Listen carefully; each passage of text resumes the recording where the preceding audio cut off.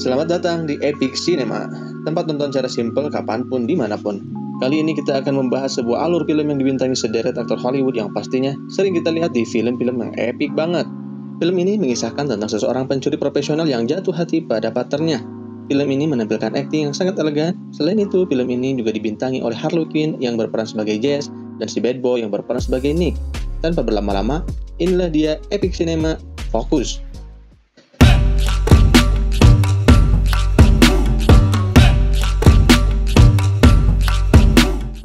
Film ini diawali saat Nick makan malam sendirian. Dia didatangi oleh Jess yang meminta pertolongannya untuk berpura-pura menjadi pasangannya, agar terhindar dari seseorang yang terus-menerus menggodanya. Kini Nick dan Jess terlibat obrolan yang cukup panjang, saling bertukar cerita sampai akhirnya mereka minum-minum dan berlanjut pada sebuah kolaborasi di atas ranjang. Di tengah-tengah kegiatan mereka, tiba-tiba datanglah seorang laki-laki dengan menodongkan sebuah senjata api ke arah Nick. Jess pun panik dan berteriak bahwa itu adalah suaminya yang baru bebas dari penjara. Namun keanehan terjadi. Alih-alih ketakutan, Nick malah meresponnya dengan sangat biasa saja. Dia malah memohon untuk segera mengakhiri penderitaannya akibat kanker yang ia alami. Merasa kasihan dengan penyakitnya, pria tersebut malah menghentikan ancamannya. Di luar dugaan, ternyata Nick sudah menyadari bahwa ini adalah akal-akalan Jess dan temannya untuk menipu Nick. Bahkan, Nick sudah menyadari sejak Nick memperlihatkan Jess saat makan malam tadi. Jess dan temannya pun gagal dalam melakukan aksinya. Malahan, Nick memberikan sarannya untuk melakukan pemerasan dengan cara yang lebih profesional. Merasa gagal, Jess pun pergi menyusuri malam seorang diri. Namun ternyata dia telah diikuti oleh Nick yang sudah 2 blok mengikutinya tanpa disadari Jess. Sepanjang perjalanan, Nick berbicara panjang lebar tentang dirinya dan juga tentang ayahnya yang merupakan seorang anggota mafia yang pada suatu kejadian, ayahnya harus menembak rekannya agar tidak dicurigai oleh musuh-musuhnya. Dan siasat itu disebut dengan siasat tombol panik. Jess memohon kepada Nick agar diajarkan beberapa trik dan teknik dalam mencuri. Dan di sanalah Nick menunjukkan kepiawaiannya dalam mencuri. Nick mengajarkan Jess bahwa dasar utama yang harus Jess miliki dalam mencuri ialah fokus. Adegan berpindah ke New Orleans menuju sebuah gedung yang sedang dipersiapkan Nick dengan teman-temannya untuk melancarkan aksi berikutnya. Di sana Nick memperkenalkan Jess kepada rekannya yang bernama Horse. Layaknya anak magang, Jess diajarkan beberapa trik dan cara mereka berkomunikasi antara satu sama lain dalam memilih, menahan, dan menghindari mangsa pencurian. Tugas pertama Jess adalah untuk mencuri sebanyak-banyaknya dalam sebuah acara parade. Aksi itu tentu dikoordinir oleh Nick yang langsung memantau dari jarak jauh. Komplotan Nick terlihat sangat piawai dalam menjalankan aksi pencurian, seakan-akan mereka memamerkan keahlian masing-masing. Nick pun terkesan dengan hasil kerja yang ditunjukkan Jess, dan kini Jess resmi menjadi anggota komplotan Nick. Adegan pun berpindah pada sebuah hotel, di mana Nick menjelaskan pada Jess bahwa anggota Nick tersebar di seluruh hotel saat itu. Di tengah-tengah obrolan tanpa alasan yang jelas, Nick tiba-tiba berteriak kepada Jess yang tentunya tidak dimengerti oleh Jess. Padahal, di sisi lain, Nick sedang mengalihkan perhatian orang-orang agar pandangan semua orang tertuju padanya, sementara teman-temannya dengan leluasa bisa melakukan pencurian.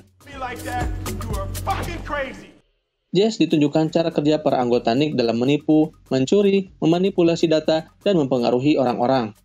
Di tempat ini, Nick menjemput salah satu temannya yang bernama Farhad untuk ia ajak bersama-sama menuju markas utama mereka. Di sana mereka bertemu dengan beberapa anggota lainnya yang berjumlah kurang lebih 30 orang. Mereka tampak sibuk dengan tugasnya masing-masing, menjual dan mengiklankan seluruh hasil pencurian mereka. Di sana pula lah Jess diberikan identitas baru, lingkungan baru, dan tempat tinggal baru. Dan tentu saja hanya sebuah ungkapan terima kasih dari Jess. Singkat cerita, kini Jess dan Farhad sedang melakukan obrolan santai di sebuah tempat makan. Tak lama, Jess mengatakan bahwa dirinya kini telah siap. Dan seketika itu, Farhad pun berpura-pura terkena serangan jantung dan sontak membuat semua orang yang ada di sana menjadi panik, sehingga perhatian mereka teralihkan pada Farhad. Tak disangka-sangka di tempat makan itu telah dipenuhi oleh komplotan Nick. Dalam hitungan detik, mereka berhasil mencuri perhiasan, dompet, dan beberapa barang mewah dari pengunjung restoran yang ada pada saat itu. Dan itulah cara Nick dan komplotannya bertahan hidup. Sampai saat malam tiba, Nick dan komplotannya pun merayakan kemenangannya. Seiring berjalannya waktu, Nick dan Jess sering melakukan kejahatan bersama-sama. Sampai akhirnya timbullah benih-benih cinta di antara mereka. Hasil penjualan jarahan mereka kini telah dibagikan. Nick pun mengambil jatah yang ia dapatkan, namun Horst mengingatkan agar Nick tidak membelanjakan uang itu untuk berjudi. Sepertinya judi adalah kelemahan Nick. Percakapan mereka pun tanpa sengaja terdengar oleh Jess yang kini secara resmi telah menjadi kekasih Nick. Adegan berpindah pada sebuah pertandingan American football.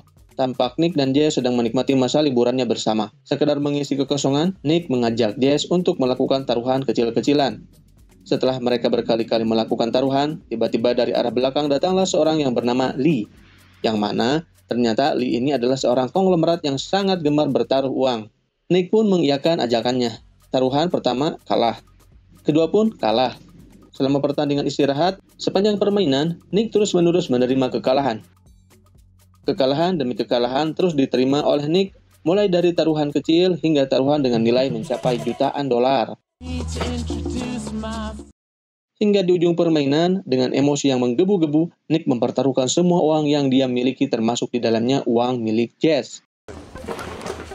1.1 million. Untuk bertaruh tebakan angka, Nick menyuruh Lee untuk memilih satu nomor punggung pemain yang nantinya angka itu akan ditebak oleh Nick. Bahkan, lebih gila lagi, justru Nick melibatkan Jess yang sejak awal pertandingan sudah mulai kaget untuk menyebutkan angkanya. Tentu Jess menolaknya. Namun pada akhirnya, Jess menggunakan teropong untuk memilih salah satu pemain. Tanpa dia duga, ternyata Jess melihat wajah yang tidak asing lagi bagi dirinya yang sedang berdiri di pinggir lapangan. Dan orang itu adalah Farhad dengan nomor punggung 55. Jess langsung saja menyebutkannya dan mereka pun memenangkan pertaruhannya dalam melawan Lee. Number 55. Nick dan Jess pun berhasil membawa uang yang sangat banyak. Dan ternyata, Nick memang sudah merencanakan sesuatu kepada Lee jauh-jauh hari sebelum ia bertemu dengan Lee. Nick ternyata mengelabui Lee dengan memberikan sugesti agar ia memilih angka 55. Nick dan komplotannya menyebarkan angka 55 di tempat-tempat sepanjang jalan yang dilewati Lee. Walaupun luput dari pandangan Lee, tapi informasi itu secara alam bawah sadar dapat dicerna olehnya. Sehingga pada saat permainan pertaruhan antara Nick dan Lee, dia mulai berintuisi dengan informasi yang diterimanya secara berulang-ulang, bahkan secara sengaja poster gambar Farhad pun diperlihatkan secara jelas di depan Lee, dan dengan cara inilah Nick mengelabui Lee.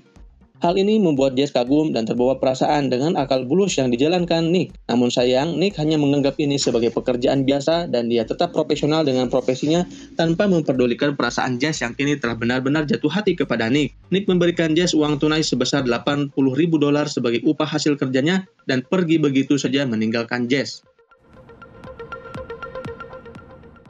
Kini Jess merasa sangat sedih karena telah dimanfaatkan oleh Nick dan komplotannya. Akhirnya hubungan mereka pun kandas. Waktu terus bergulir, cerita melompat pada 3 tahun kemudian di Buenos Aires. Pada sesi latihan Formula One, Nick telah diawasi oleh seorang miliuner yang bernama Garriga. That's the point. Garriga meminta bantuan asistennya yang bernama Owen untuk mengundang Nick makan siang. Kepada Nick, Garriga bercerita bahwa dirinya ingin mengalahkan saingannya yang bernama Mike Owen. Nick memiliki ide untuk dapat memenangkan pertandingan dengan cara memanipulasi sebuah teknologi pada mobil balap yang disebut EXR. Nick berencana untuk menjual teknologi EXR palsu kepada Mike Owen agar dengan begitu Garriga bisa mewujudkan kemenangannya. Namun sebelum itu terjadi, dengan keahlian Nick berencana untuk mendekati Owen terlebih dahulu. Di sebuah pesta, Nick akan melancarkan aksinya. Namun sayang, tiba-tiba di luar dugaan muncullah Jess yang kini telah menjadi kekasih Garriga. Nick pun jadi merasa cemburu dan kehilangan fokus. Kejadian ini membuat Nick merenung. Kehadiran Nick di dalam pesta pun disadari oleh Jess. Terlihat Jess datang menghampiri Nick. Jess berkata pada Nick bahwa kini ia telah berubah dan sudah lama meninggalkan pekerjaannya yang dulu sebagai penipu. Jess pun mengatakan pada Nick untuk berpura-pura tidak mengenalinya di depan Garriga. You don't know me. Okay? Karena Jess tidak ingin masa lalunya diketahui oleh Garriga. Setelah itu, Nicky tetap melanjutkan rencananya. Berbeda dengan skenario awal yang direncanakan Nick bersama Garriga, kini Nick malah memukul Garriga dengan rasa penuh cemburu.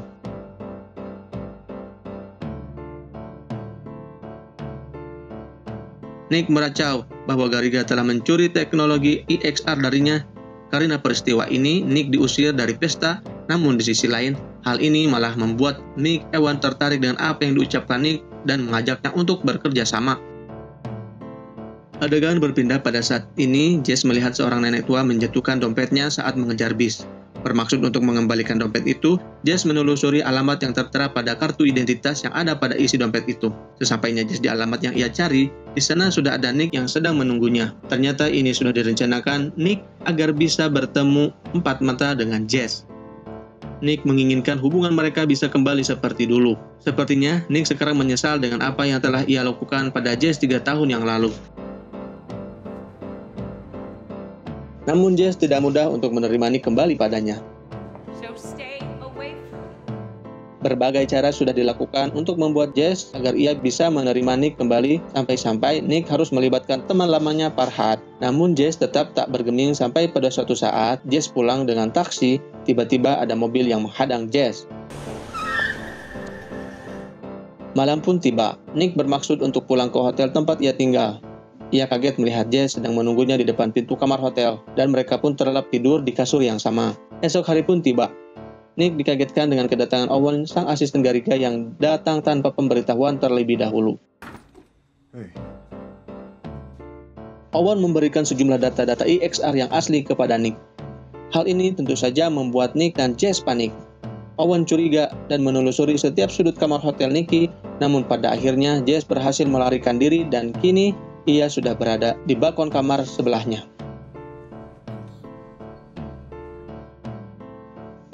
Nick menyuruh Jess kembali ke kamar Nick pada pukul 7 nanti malam, dan Owen pun berhenti mencurigai Nick. Kini, Nick memberikan data-data EXR yang ia dapatkan dari Owen untuk diberikan kepada McEwan. Nick mendapatkan upah sebesar $3 juta dari Ewan, namun ternyata Nick tidak hanya menjual data EXR itu kepada Ewan saja, melainkan kepada tim pembalap lainnya, dan kini uang yang berhasil Nick kumpulkan menjadi $27 juta. Nick yang sudah mendapatkan keuntungan yang banyak, memutuskan untuk segera pergi. Meninggalkan kota, ia kembali ke hotel untuk menjemput Jess. Sayang, aksinya ini diketahui oleh anak buah Gariga yang sekaligus bekerja sebagai mata-mata di tim McEwan. Nasib naas menimpa Nick dan Jess saat berusaha melarikan diri. Mobil yang ia kendarai ditabrak oleh anak buahnya Gariga, dan akhirnya mereka pun disekap dan dibawa ke hadapan Gariga untuk diinterogasi. Ternyata Gariga mengetahui bahwa yang selama ini Nick jual kepada McEwan adalah algoritma EXR yang asli dan bukan EXR yang telah dimanipulasi Nick seperti perjanjian awal mereka. Dan ini membuat Gariga marah besar. Di tengah obrolannya, Jess disekap dan memaksa Nick mengaku untuk membocorkan siapa anak buah Gariga yang selama ini membantu Nick. Saat Nick berusaha mengungkap identitas siapa yang membantu Nick selama ini, tiba-tiba Owen menembak Nick tepat di dada sebelah kiri Nick, dan itu membuatnya hilang kesadaran. Semua orang panik melihat kejadian ini, termasuk Gariga, karena baginya ini akan merusak reputasinya sebagai pemilik tim balap bergengsi. Untuk menghindari itu, akhirnya Gariga memutuskan untuk meninggalkan TKP bersama dengan Gordon, anak buahnya. Jess mencoba mengembalikan kesadaran Nick, namun sayang darah Nick terlalu banyak keluar dan ini mengakibatkan Nick sekarat. Dari arah lain datanglah Owen dengan sebuah alat pompa di tangannya. Jess pun kebingungan dengan apa yang dilakukan Owen, yang ternyata baru mengetahui bahwa Owen itu adalah Bucky, orang tua Nick yang pernah dia ceritakan padanya. Kemudian alat itu ditusukkan pada dada Owen untuk memompahkan darah yang memenuhi paru-parunya. Seketika Nick pun kembali sadar dan bernapas kembali. Jess teringat bahwa ini adalah siasat yang pernah Nick ceritakan juga padanya yang dinamakan tombol panik. Mereka pun berhasil pergi dari tempat tadi. Di perjalanan, Owen bercerita tentang asal-usul Nick dan menjelaskan bahwa Nick adalah orang yang baik. Owen memberhentikan mobilnya dan membawa seluruh uang yang dihasilkan oleh Nick untuk pergi seorang diri. Nick berusaha untuk mencegah Owen, namun tidak banyak yang bisa dilakukan oleh Nick dengan lukanya. Owen memberhentikan mobilnya di depan sebuah rumah sakit sehingga memudahkan Nick untuk segera mendapatkan pertolongan medis. Beruntung, Jess pun berhasil mencuri jam tangan Gariga yang bernilai 200.000 euro.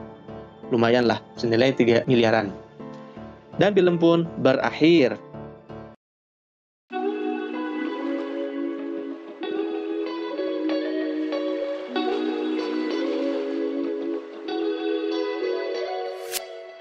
Jangan lupa untuk terus support channel ini dengan cara subscribe, like, dan nyalakan pemberitahuan agar kamu bisa terus update cerita alur film menarik dari kami. Silahkan isi kolom komentar untuk saran atau request film yang akan kita bahas di video selanjutnya. Sampai jumpa di lain kesempatan. Saya Sano, ciao!